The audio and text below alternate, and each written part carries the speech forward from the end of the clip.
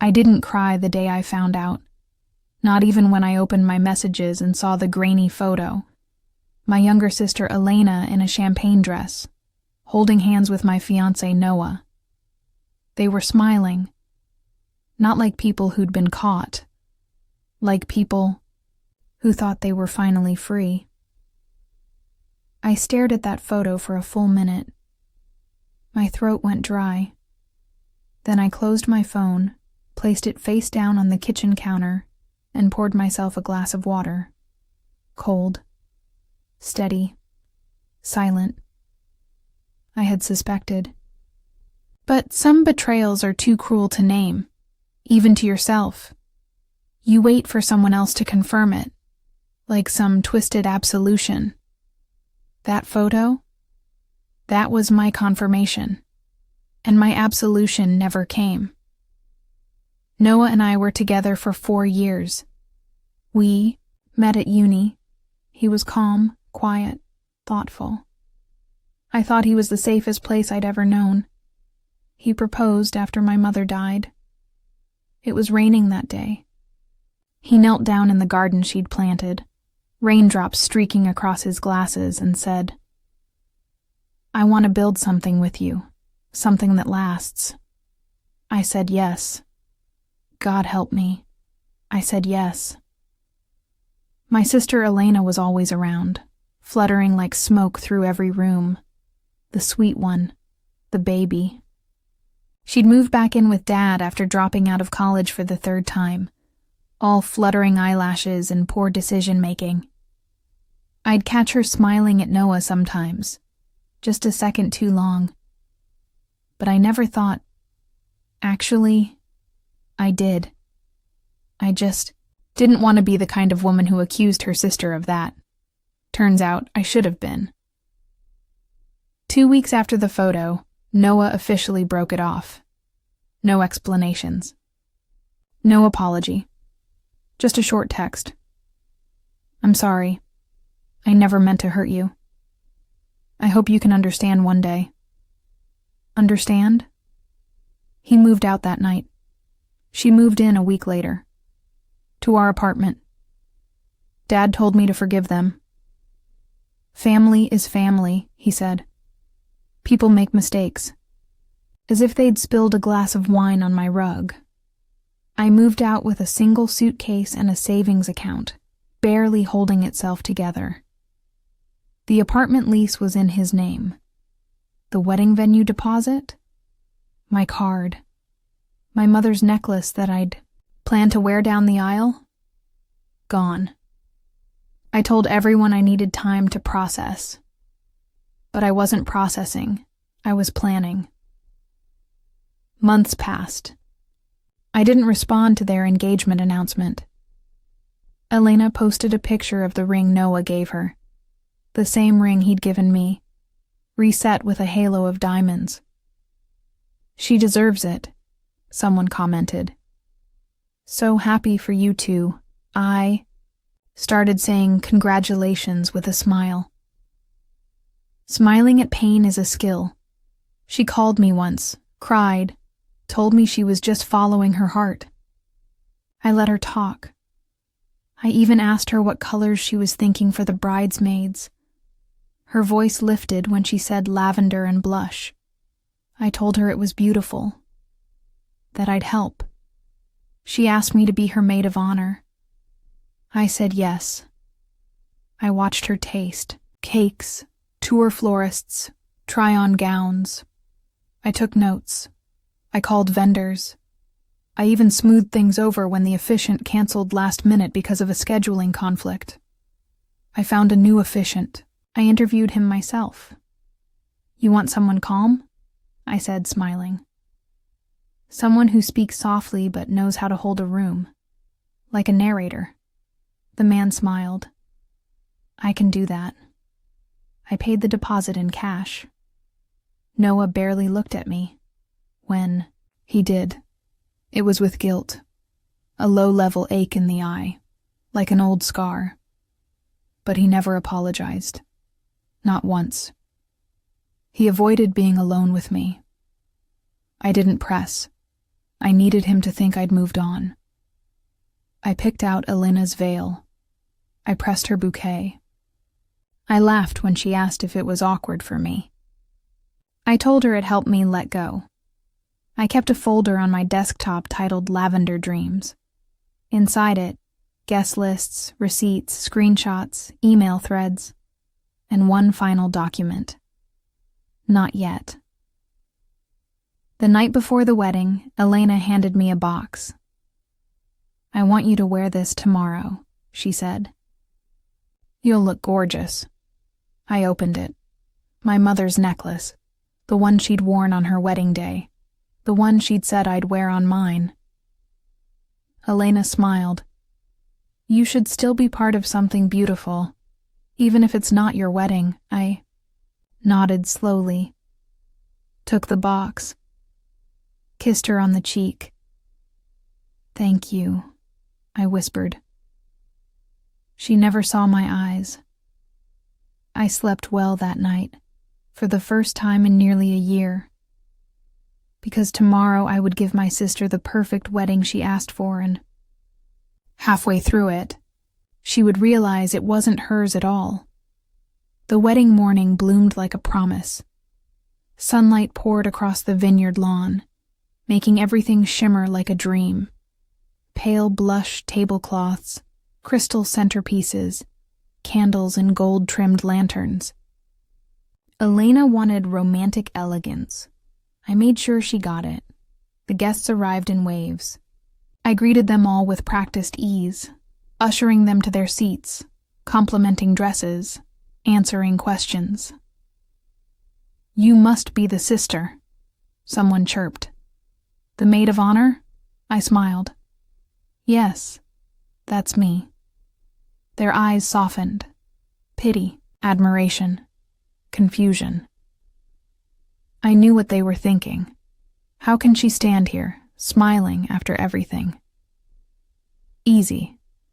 Because today wasn't hers. Not really. Elena was glowing. No other word for it. She stood in the bridal suite mirror, twisting side to side in a white satin gown that clung to her body like it belonged there. Her dark hair was curled down her back, lips soft pink, eyes a little teary.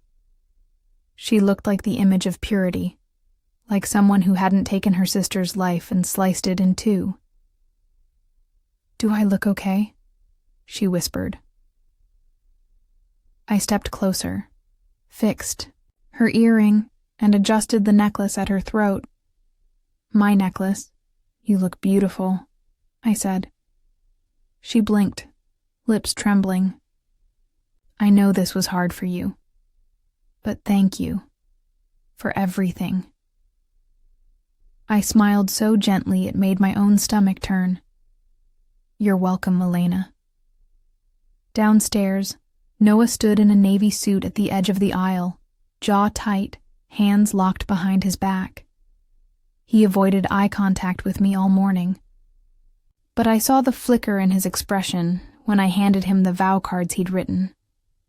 I'd replaced the originals last night. He didn't notice. The guests stood. Music swelled. The aisle opened. Elena walked like a girl in a fairy tale. Slow, radiant, glowing under the afternoon light. The audience sighed. Phones flashed. She smiled nervously at Noah as she reached the altar. He didn't smile back. She didn't notice. Not yet. The officiant cleared his throat, tall and composed, his tone soft but firm as he welcomed the guests. He spoke like poetry. He spoke like fate. "We are gathered here to celebrate a bond between two people, though not the two people you might expect." There was a pause. The crowd shifted. Elena blinked, confused. She glanced at me. I didn't move. The officiant smiled, then turned to Noah. "Noah, do you take Elena to be your lawfully wedded wife?" Noah cleared his throat. Yes." The officiant raised a hand. "Let me rephrase. Do you take Elena to be your lawfully wedded wife?" Even though you were already engaged to her sister when this relationship began? Gasps. A loud cough. A sharp intake of breath from the front row. Elena turned to Noah, horror beginning to stretch across her face. Noah, what is this? What's going on? He looked stunned. I don't know. The officiant pulled out the vow cards. And here, we have the vows Noah wrote, originally addressed to Claire. He read them aloud. Every word. Every lie he told me. Every promise he made. About growing old. About fidelity. About the garden and the storm and my mother's eyes. Elena looked at him like she didn't know him. She didn't. But I did. I stepped forward slowly, in full view of the crowd. Elena, I said softly, you asked me to help you plan your dream wedding. She was trembling now. Claire, why are you doing this? Because you planned your happiness on the ruins of mine, I said, voice calm. You both thought I'd fade away, that I'd smile through it, that I'd swallow the betrayal like it was mine to fix. My gaze dropped to the necklace on her chest. That necklace was the only thing Mom left me, the only piece of her I had left. Elena reached up to touch it, suddenly unsure. I wanted to make this day perfect for you, I said. I really did. Then I smiled. A slow, clean practice smile. And I did. The officiant closed his book. This ceremony is now concluded. Elena turned to the guests, tears brimming in her eyes. This isn't real. This is a setup. But people were already whispering, shuffling, pulling out their phones. I turned and walked away. No screaming, no accusations, just silence. The kind that hums under your skin when justice finally touches the air. Outside, the wind picked up. I didn't look back. Not yet, because this wasn't the end.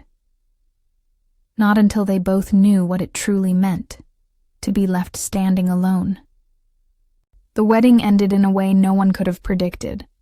No dancing, no speeches, no cake, only questions, only silence, only me, walking away from the wreck I'd built with surgical grace. Elena didn't follow me right away. She stood frozen, in front of that altar, her arms limp at her sides, tears streaking her foundation. The guests began to peel off in quiet murmurs, avoiding eye contact, whispering in disbelief. A few gave me sympathetic looks. One aunt clapped, seriously clapped as I passed. But Elena? She just stood there, holding my mother's necklace like it burned her skin. I sat in my car for exactly 3 minutes, just breathing. Then I turned on my phone. The notifications had already started. Someone had posted a clip. Just 10 seconds. Me at the altar, Noah frozen, the officiant reading those vows. The caption? When the maid of honor is the ex, and she has receipts. It had over 4,000 shares in under an hour. I didn't smile. Not yet. That night, Elena showed up at my apartment. She didn't knock. She pounded.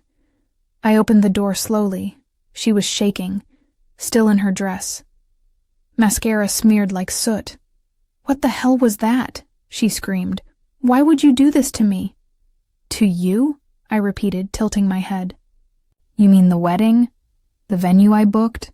The officiant I paid for? The dress I helped tailor? Or the man you stole? Her lips parted. She hadn't expected me to be calm. You embarrassed me in front of everyone. You humiliated me. No, I said, stepping aside. You did that. I just turned on the lights. She stormed into my living room. You ruined my life, she shrieked. I shrugged. Funny. That's what I said when I saw you in that photo. Her eyes darted across the room like she was looking for proof I cared. Or that I didn't. Then, finally, she crumbled. Her voice dropped. He's gone. I blinked. Noah? She nodded. He left. Disappeared after the guest left. His phone's off. His things are gone, I think. Her voice cracked. I think he left the state. I didn't answer. I just walked to my desk drawer and pulled out a small flat envelope. I think he left this, I said, and placed it on the table. She opened it with trembling fingers. Inside, a printed email. One-way flight confirmation. Name, Noah James Wilder. Destination, Alberta, Canada. And beneath it, an unsigned letter. This was never supposed to happen like this. But the truth is, I never wanted to marry either of you. You were both just easier than being alone. Her breath hitched. I watched her read it again, and then she folded over, hands covering her face as she let out the kind of cry that makes your bones cold. I stood there, still, quiet, but not unmoved. I thought he loved me, she whispered. I thought he loved me first, I said. She looked up at me, eyes red. Was any of it real? I didn't answer. Because that was her cross to carry now. She left without another word. Just staggered to the door like a ghost, still gripping the flight confirmation like it might change if she read it enough times. Didn't lock the door behind her, but I did take back the necklace. That night, I slept again. Not out of victory. Not even out of peace. But because the ache had shifted. From gaping wound to scar. 3 weeks passed. Noah didn't come back. No calls, no messages. Just the silence of someone who'd always been good at escaping. Elena didn't show up either. Not at my door, not online. Her once bubbly Instagram, where every brunch was a photo op and every outfit a statement, had gone dark. I wasn't sure if she was hiding from me or from herself. Maybe both. But I didn't reach out. I didn't need closure anymore. Because I had something better. Control. The aftermath of the wedding spread like wildfire. Within days, the video had gone viral. Not just locally. Not just among friends. But picked up by wedding drama pages, podcast reactions, even a tabloid blog with the headline, Sister of the Bride drops the mic at the altar. Watch the ultimate betrayal unfold live. The comments were split between horror and awe. Some called me savage. Others called me healing. A surprising number called me a hero. But I didn't care about any of that. I hadn't done it for an audience. I'd done it because they thought I would stay quiet. Dad was the first family member to finally speak up. He called one night, his voice tight, formal. Claire, you've made quite a mess. I leaned back in my chair. A mess? She's your sister. Not anymore. There was a long silence. You should have come to me. I laughed once. Come to you? When you handed her the spare keys to our apartment, before I even had a chance to process what they did. He didn't respond. I continued. I'm not the one who made the mess, Dad. I just stopped pretending it didn't stink. He sighed. You didn't have to humiliate her. Neither of them had to lie to me. That was the last time we spoke. But not the last time I saw Elena. It was a rainy afternoon, weeks after the wedding. I was walking back from the florist, arms full of baby's breath and eucalyptus from my friend Lily's engagement party. That's when I saw her, sitting alone on a bench, hood up, dress pants soaked at the ankles. She looked like a ghost of herself, hair pulled into a limp ponytail, fingers clutching a crumpled tissue. She didn't even notice me at first. Then she looked up and froze. We stared at each other through the rain. She didn't smile. She didn't cry. She just said, "I lost everything." I didn't answer. I just stood there, letting the cold drops slide down my face. She looked at the bouquet in my hands. "Helping someone else now?" I nodded. "Yeah. Someone who deserves it." She winced. And then, something strange. She stood up, walked toward me slowly, and held out a sealed envelope. "What's this?" I asked.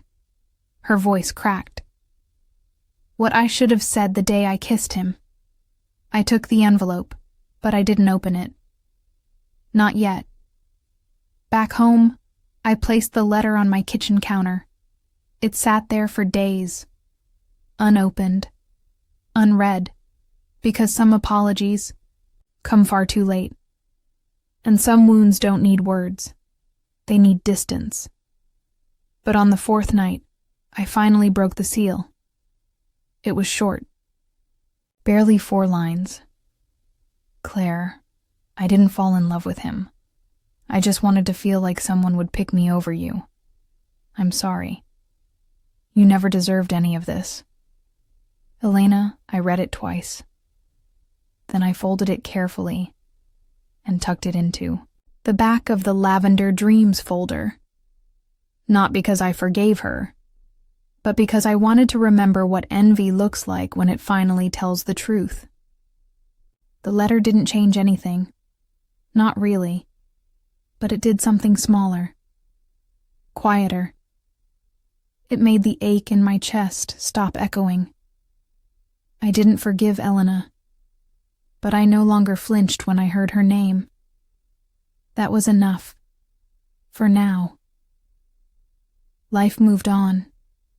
As life does.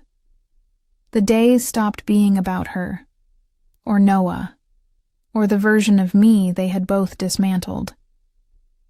I took a new job, one that didn't require me to constantly smile for people buying overpriced rings or whisper about proposal plans.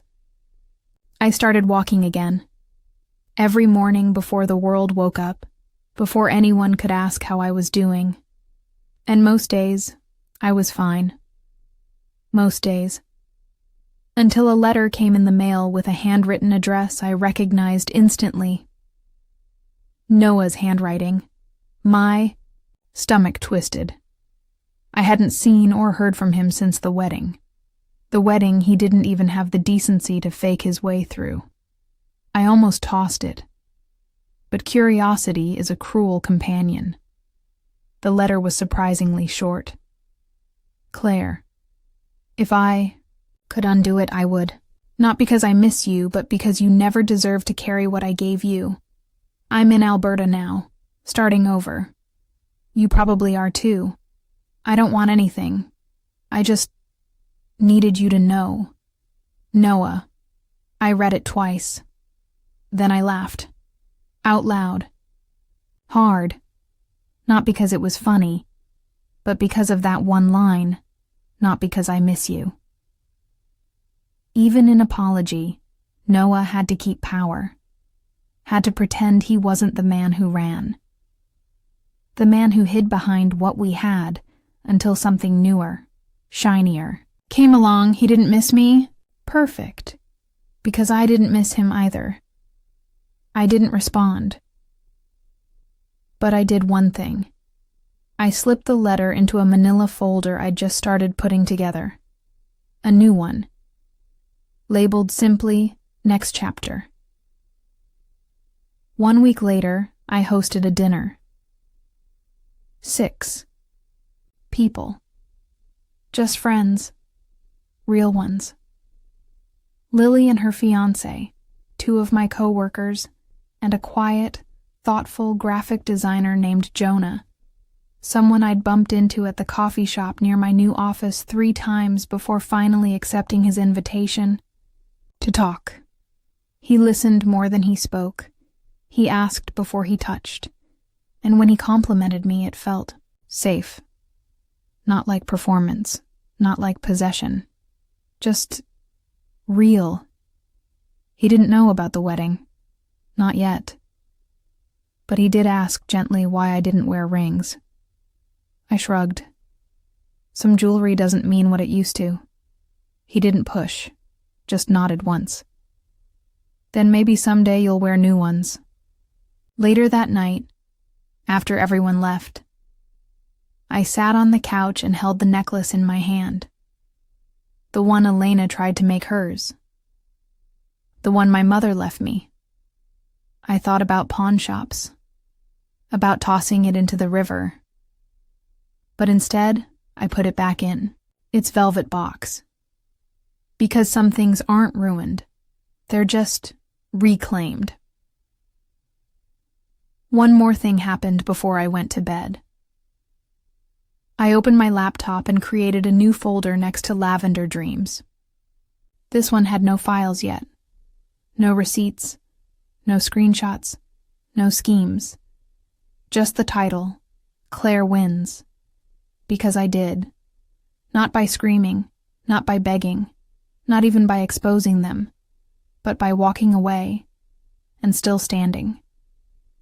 Jonah and I didn't become something overnight. He didn't pry. I didn't perform. We met for coffee twice a week, had lunch when our schedules aligned, and eventually began walking home together in the evenings. He never once called it anything. And maybe that's what made it feel like something real. We weren't pretending to be healed. We were just trying. It wasn't until Lily's engagement party that everything shifted. The party I'd helped plan. The one I threw myself into, not out of bitterness, but as a promise to myself that not all love stories end in betrayal. I wore black that night. Clean, simple, elegant. No necklace. Just a pair of earrings my mom once gave me when I graduated. College. Jonah came late, carrying a bottle of wine and a small bouquet of peonies. Too much? He asked, half grinning. I shook my head. Just enough. Lily hugged me tight. You okay? I smiled.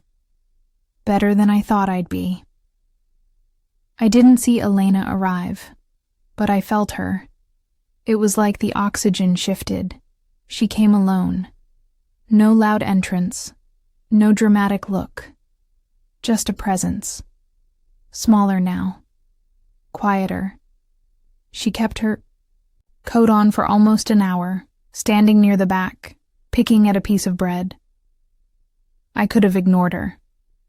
Everyone else did. But I didn't. I walked up, glass of champagne in hand, and stopped just a step away. Elena, I said. She turned slowly. Claire. We stood in that silence, so heavy it could have dropped the floor. You didn't have to come, I said. I know. You weren't invited. I know. I tilted my head. Then why? She looked down. Because I wanted to see what it looks like when someone survives what they're not supposed to. I didn't answer, but I raised my glass slightly. To her, to me, to the scar we both now carried. Who knows? But she nodded once. I'm glad you're okay. I took a sip. I'm not okay. Her face faltered. I'm more than okay. Then I turned and walked away. Later that night, Jonah found me in the garden behind Lily's place. Fairy lights dangling overhead, music muffled through the windows. You disappeared, he said. I needed air. He handed me his jacket without asking. And then, slowly, as if not to break the air between us, he said, You don't talk much about what happened. I never asked, but I know. I looked at him. Know what? He reached into his pocket. Not a ring, not a letter. A folded photo of me from the wedding, standing in front of Elena and Noah, eyes clear, spine straight. That photo went viral, he said. That's how I first saw you. I stared at it, stunned. You were the woman who didn't scream, who didn't break things, who just stood in truth. He folded it again, tucked it back. I admired you before I ever met you. I didn't know what to say, so I said what mattered most. I'm not her anymore. Jonah smiled softly. Good. I like this version better. And for the first time in a very long time, I believed it. The morning after Lily's party, I woke up with a kind of calm I hadn't felt in years. Not numb, not guarded. Clear. Elena didn't text, and I didn't expect her to. Her showing up at that party wasn't for forgiveness. It was for witness. She wanted to see what it looked like to fall, and still rise. I gave her that, but I had no plans of giving more. A week later, a thick manila envelope showed up in my mailbox. I recognized the return address immediately. Law Offices of Drayton and Hesse. It was from a woman named Marla Hesse, a probate attorney who had handled my mother's estate years ago. I hadn't spoken to her since. Confused, I opened it right there in the hallway, grocery bags dangling from one wrist. Inside were two things: a letter, a copy of an amended estate plan. The letter read, Claire. Your mother made a private addendum to her estate plan shortly before she passed. She instructed me to deliver this information only once I confirmed you were no longer engaged to Noah Wilder. Based on recent, very public events, I feel confident in fulfilling that request now. Enclosed, you'll find the revised will and details regarding her property in the mountains, one she never told your father or sister about. It's yours. Sole heir. Please contact my office for transfer details. Sincerely, Marla Hesse. My hands shook. The cabin. The one I'd only heard her mention once when I was 14. I thought it had been sold off. I didn't even know it still existed. But, apparently, my mother knew exactly what this family was capable of. She hadn't protected me from the heartbreak, but she'd left something else. A backup plan. A place. A message. They don't get everything. I called Marla the next morning. She confirmed it all. Deed, land, taxes paid off. The cabin wasn't big, but it was in a quiet mountain town. Had 2 bedrooms, a small porch, and a garden she'd started before her final diagnosis. It had stayed empty, untouched, waiting. I didn't tell anyone. Not Jonah. Not Lily. Not even Elena. But I drove up there the next weekend. The house was old, tucked between tall trees, its windows slightly fogged from the morning mist. When I stepped inside, it smelled like cedar and stillness. There was a note on the kitchen table in my mother's handwriting. For when they forget what you deserve, come here. You don't need their permission to be whole again. I sank into a chair and cried. Not because I was broken, because I wasn't. That same night, I finally opened my old laptop, the one that still had all the wedding spreadsheets and records. I didn't touch them. I opened a new document instead. The top, I typed. Claire Wilder, Event Design and Crisis Consulting. It started as a joke, but the more I wrote, the more it felt possible. What if I made this something? What if I used every lesson they carved into my back to build something real? What if I took back every single piece? 6 months passed. Not a whirlwind. Not a montage. Just time. The slow, relentless kind that heals the sharp edges of everything you thought would destroy you. The mountain cabin became mine. Legally, spiritually, emotionally. I kept the porch light on when I visited. Planted new lavender in the garden. Stripped the old wallpaper from the hallway and repainted it with sunlight yellow. It became my retreat, my reset, my quiet revenge. Back in the city, I launched my business, Claire Wilder Events. Tagline: we turned disasters into something unforgettable. It was half event planning, half crisis consulting. Weddings, rebrands, even a few high-drama reconciliations that teetered on emotional collapse. People found me through the video, not because I was viral, because I was real. Jonah stayed, not perfectly, not permanently, but presently. He came to the cabin sometimes, helped fix the railing on the stairs, painted the shutters navy blue, asked nothing I wasn't ready to share. He never promised to fix me, just to sit beside me while I rebuilt. And that was enough. I saw Elena one last time. It was at a mutual cousin's baby shower. She looked smaller, softer. No sparkle, no curated outfit. Just jeans and a tired sweater. Her smile reached about halfway up her face. We locked eyes across the buffet table. She approached. "I heard about the cabin," she said. I nodded. "She left it for you," she added, then looked away.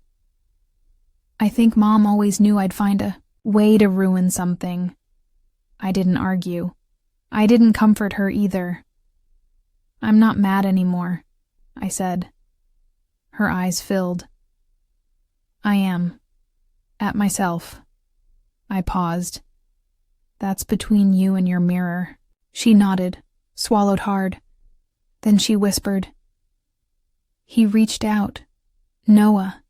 I raised a brow, said he's dating a woman in Calgary, a kindergarten teacher. "Perfect," I said flatly. "Someone who'll believe everything he says." We stood there a moment longer, until the silence returned. Then I handed her a cupcake and walked away.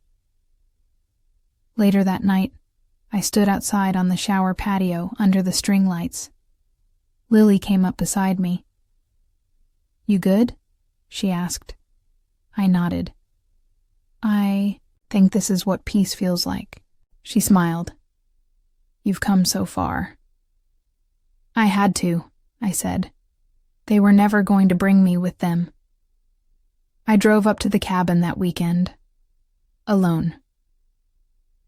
When I reached the front door, I sat on the steps for a long time, breathing in pine and earth and silence, no phones, no noise, just me, and I realized I didn't need to wait for the next apology, or the next betrayal, or the next disaster to fix. Somewhere between losing everything and planning her wedding, I had found myself again. Not the version I built around other people, the one that survived them. Inside, I framed a photo on the wall. It wasn't from the wedding. It was the day after. Me, on my apartment balcony, hair tied up, a cup of coffee, no makeup, no mask. Just a woman who lost everything and found something far better.